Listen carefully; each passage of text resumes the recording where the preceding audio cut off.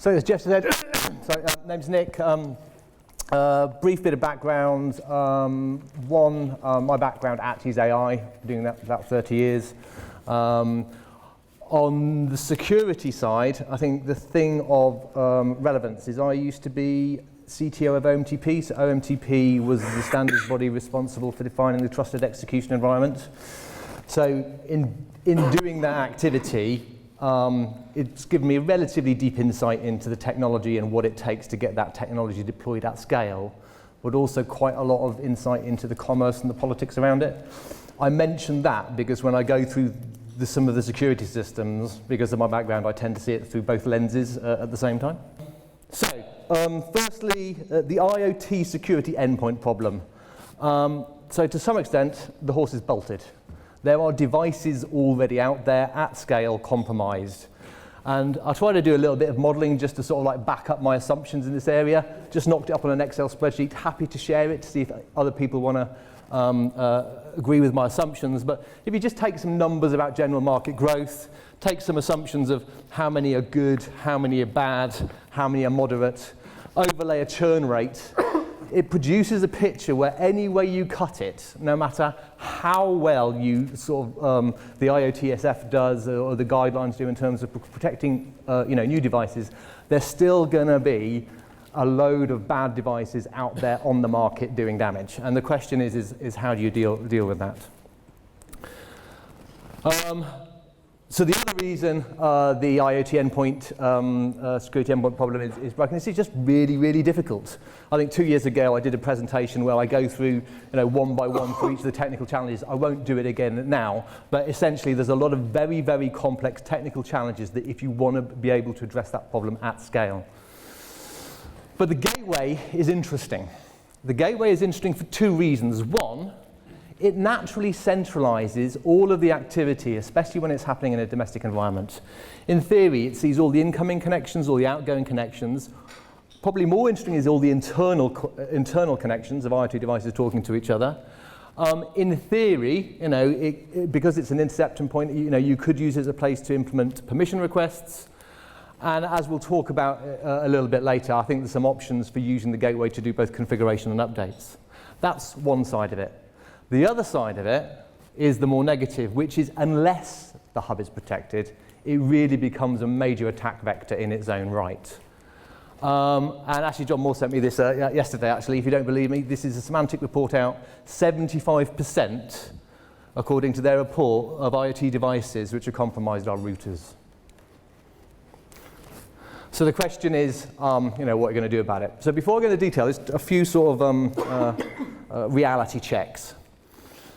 So firstly, so the ITS has already done some sort of like white papers on hubs. I think that's good progress. The reality is the language needed to describe what's really happening in the home network isn't really, in my opinion, mature enough. It's quite complicated. And actually, when you go down and look at each individual device and seeing what its function is, simple things like your DNS function in your DHCP, they can be repeated multiple times on most people's internal network, depending upon how they set it up. The Alexa hubs, they're actually two different things, depending on whether you buy a plus or not a plus. A normal Alexa hub is just a voice interface. You buy the plus, and you've got an IoT proxy gateway as well. And I think we need better language to be able to describe what the roles are of all the different elements that sit behind the internal network if we were going to have any chance of protecting these assets effectively. Second thing is just a bit of a reality check. I get the impression, I'm sure this isn't a criticism of anyone in this audience, some people approach the IoT security problem in a totally academic way, and they don't actually sit down and order crap devices off the internet. Here is an array of devices. These are just light bulbs. The simplest IoT device, a single bit actuator, a single bit sensor. So you've got the Wi-Fi routers over here. They are classic IoT, but then you've got Z-Wave, you've got Zigbee, you've got Bluetooth. A lot of people just don't care, don't know what they're buying. Those are four completely different protocols, and actually, those ones, there's no I. There is no internet. These are protocols that work at the sub-IP level. And I think, and I'll come back to this again in this presentation, we always need to anchor back the problems in terms of the real devices that are being bought. So why a smarter, more secure hub? So, can anyone see what's wrong with that picture? Router admin page. There's no certificate on it. So this isn't unusual. Go home tonight, go into your router, go to the management interface and have a look. It is unencrypted traffic. I mean, you can buy a little one of these dongles, a bit of Wirechark, and literally I can sniff any password going to the router. It makes a mockery of a lot of the stuff people are looking at. Why are we bothering defining the fact people don't use default usernames and passwords when if I've compromised the router, I can see everything? And the thing is, this doesn't just hit the router. Any webcam with a HTTP interface, similarly, doesn't have a certificate on it. So all of that traffic is clear. You just need one thing on the inside of the network and everything's in the clear. So that's the first problem that needs a solution to. And so what I'm going to do with these slides is just throw out there some of the big challenges and just talk about very briefly what the potential solution is. And in a lot of the cases, the solution lies in coming up with some collaborative technology we can deploy at scale that solves that problem. And in this instance, it's really simple. You need a way of logging in into that router and managing it without having your credentials compromised. And in fact, just as an instance, Alexa does solve this problem, but Alexa solves it in a different way, because what Alexa does is it gives you an app. And in that app is a root certificate which then can negotiate securely. But unless we address this problem, sort of at scale for the mass market devices that aren't owned by one or two of the three silos, I mean, there's just a major issue there that has no solution. Second problem, again, it's quite basic. I'm at home. There's lots and lots of devices on my network. I want to know that something's happened. So how do I get an asynchronous notification from the router to me at home? Even if it's as simple as, the light's been turned off or something's been opened. But actually, from a security perspective, I want to know when updates are available. So how's that going to happen? So unless that problem is solved, you've got a major usability issue. Because you can't just expect everyone to log back into an admin interface and hope that they're notified. So that method of doing secure connections needs some sort of like symmetric asynchronous messaging protocol back to applications on the local network. And then this is really just an extension of the first point. So the problem that the user cannot make a secure connection to another device on the network actually extends to almost every single one of the devices sitting on that internal network. They need a method of negotiating the encryption credentials. Right, root of trust problem. So whether it's root of trust, software integrity, secure boot, verified boot, etc. So who here in the audience feels as though they would be able to go and implement secure boot on an IoT device, end to end? Okay, maybe got 1, 2, 3, 3.5. Okay. I'm skeptical already, but even so, only having 4 hands up in this audience should be a concern. For the simple reason, the IoTSF recommendations, the DCMS guidelines, and these all claim that this is a requirement. I can tell you, because we've actually been trying to do it for a long time, it's really, really hard, technically. But moreover, commercially, it's almost impossible. I mean, if you actually want to implement secure boot, you've got to negotiate with silicon vendors. That is very difficult to do if you're a small or medium-sized developer. So we've got this big issue here that I don't think is properly being addressed, which is, if on the one hand, we are saying that all devices must have this capability, but on the other hand, we don't have many people that know how to do it, and there isn't the commercial infrastructure to negotiate it, we're just creating a paradox. So I know this is one of the things that I feel very strongly about, and I've been advocating in sort of like various different areas, but I think we need to lower the barrier of entry, both in terms of better education, understanding how to do it, but moreover, there needs to be commercial intermediaries that mean, so I've been to Taiwan, I've gone to MediaTek, I've tried to do this, they said just go back when you've got an order for 20 million units. I can't do that. So, we need something to streamline that process. Right, the IoT update problem. So this sort of like follows on a bit from the one before. So let's look at these ones. These are the Zigbee devices. 1, 2, 3, 4 Zigbee devices there, all light bulbs. As a user, I don't care, I've just bought them off Amazon, and Zigbee works on the router. Fantastic, great. And everybody says, right, I need to update these devices. So how am I going to do that? I need a different updater app for every single one of these devices. Each manufacturer, there is nothing standardizing that method. And that's just within the narrow set of just the Zigbee light bulbs. It's exactly the same for the Wi-Fi ones. So, we're promoting an environment where we're asking users to up their devices. I'm in my house, I might have 50 light bulbs. They come from a random number of manufacturers. So how many update agents do I need to install at home?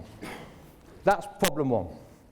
Problem 2 is I'm a bit worried about this default password problem. We're actively promoting the fact that we should have different passwords for every single device. So if I've got 50 bulbs at home, have I got to remember the username and password for every one of those devices if I want to update it? So there's really some fundamental issues that need to be addressed in terms of not the how do you update. I've been doing telecom stuff to know that firmware updates is a really hard problem, and there's lots of different solutions, and we have to embrace that. But from a user's perspective, I think I deserve to have one interface where I am told all of the updates that are available on that network, no matter how it's implemented. And I think that can be done quite simply, but it just needs a level of industry alignment on what those mechanisms and protocols need to be. Network isolation. So this is one of the things I think a couple of the other speakers have talked about. It's also in there as a requirement in the hub specifications. It makes a lot of sense. It's good security practice to contain, stop the bad devices getting out, but also stopping the devices attacking each other. And it makes sense to me. I have a lighting isolated network and have a speaker network. There's no real reason why they need to talk to each other. So why can't we come up with a mechanism via which we can define totally isolable networks to mitigate the risks both inbound and outbound? And I think you find if you do this at a detailed protocol level, it then actually opens the door to a lot of other sort of like mitigating activities that we'll come on to in a minute. Next one. Application interoperability, not strictly speaking security, but I just think this is common sense. So I've got this crazy dream that I can have one application on my phone and it'll be able to turn all of those light bulbs on and turn them off again. But you'd be amazed how difficult that really is. So let's just take just Zigbee. So forget all of that, there's just Zigbee. We've got 2 Zigbee with Alexa Bridge and just a random other one you can buy off Amazon. So you've got interoperability between here and here. But if I want to create an application, there is no interoperability between here and here. I have a completely different app I need, like the Alexa app to control my apps over here, and a totally different application if I'm using a different sort of like different hub.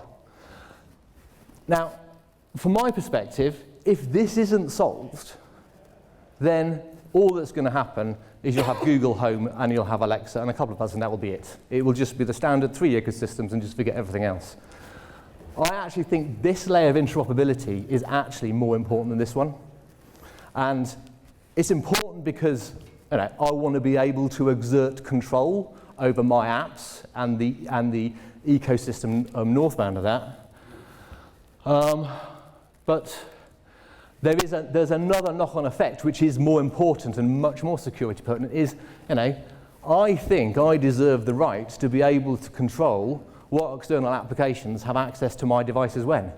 And you can't achieve this ambition without actually then first solving the interoperability problem. Because if you solve the app interoperability problem, you then have essentially a common policy enforcement point here. And I think this is it's a very sort of like forward-looking requirement, because I don't think we can do it anytime soon. But from my perspective, this is one of the most important things that we should be looking at if we are genuine about want to be creating secure IoT ecosystems. And this is the final one, I think, where it all comes together. And this is where sort of like draw in on sort of on the AI analytics piece. There's a lot of stuff that we can do to secure IoT devices by, doing network segmentation, sort of like creating clever rules, having better device identity.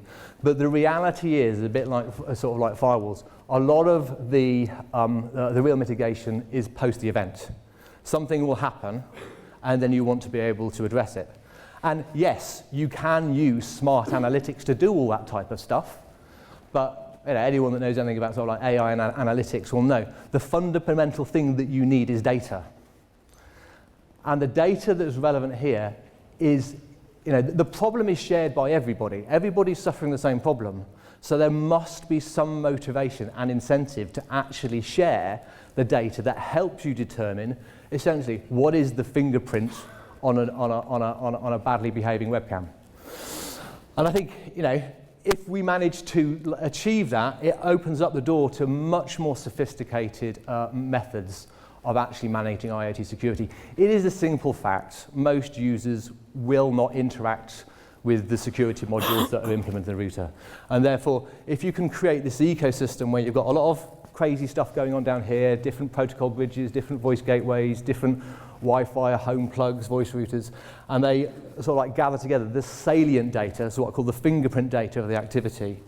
And then this can be shared with trusted entities, what I just call cloud-based security services. I won't say who they are, but they're obviously people who are already in this space, and there are people that want to be in this space. Then that starts to open up the ability to then create this closed loop where you can dynamically lock down your system. So what I want is I want to go to Amazon, I want to buy any of these units that I want to go and plug them all in and sort of like not worry about it. And this type of ecosystem will enable this to happen, because what will happen is a suspicious thing will happen. That will get escalated, that can get flagged. You can then correlate that with the salient activity beforehand, and then that can be used to then sort of like reprogram the sort of like the dynamic rules that are in place on the network itself. So it's essentially a very advanced firewall, but working on the internal network for both the IP and the non-IP data, but using sort of like shared information to drive it all. So then I think there's one, actually there's 4 minutes, I went. So in terms of what I've talked about today, I've just focused on the problems. There's more than one solutions to those.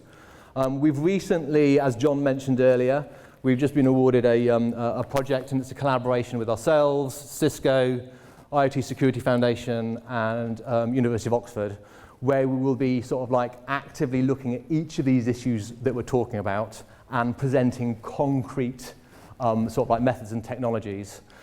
The idea of that is that would become the basis for sort of like collaborative activity going forward. So just to sort of sum up, so my humble opinion, I think common sense, the IoT endpoint security is not going to be solved anytime soon. The IoT hub itself is a risk in its own right. Remember, your Wi-Fi is in the clear. 75% of all devices, IoT devices, are compromised routers.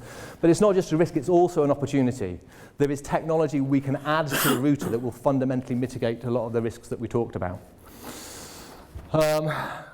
These very specific problems, I mean, it gives us an opportunity to really do something sort of like concretely at the technical level, rather than just sort of like a few sort of like guidelines and recommendations. But collaboration is absolutely key with this. If you don't have collaboration, we just revert back to the sort of like Alexa, Google sort of like three silo ecosystem. And if that happens, to be honest, a lot of the work happening in organizations it becomes almost irrelevant, because the commercial ecosystems will solve them. And as I said, I've just focused on the problems, because it's hard enough in 20 minutes just to get the problems across. If you're really interested, we've got a stand outside where we've got some end-to-end demos that actually implements the concrete technology which addresses each of the issues that I talked about. Thank you very much.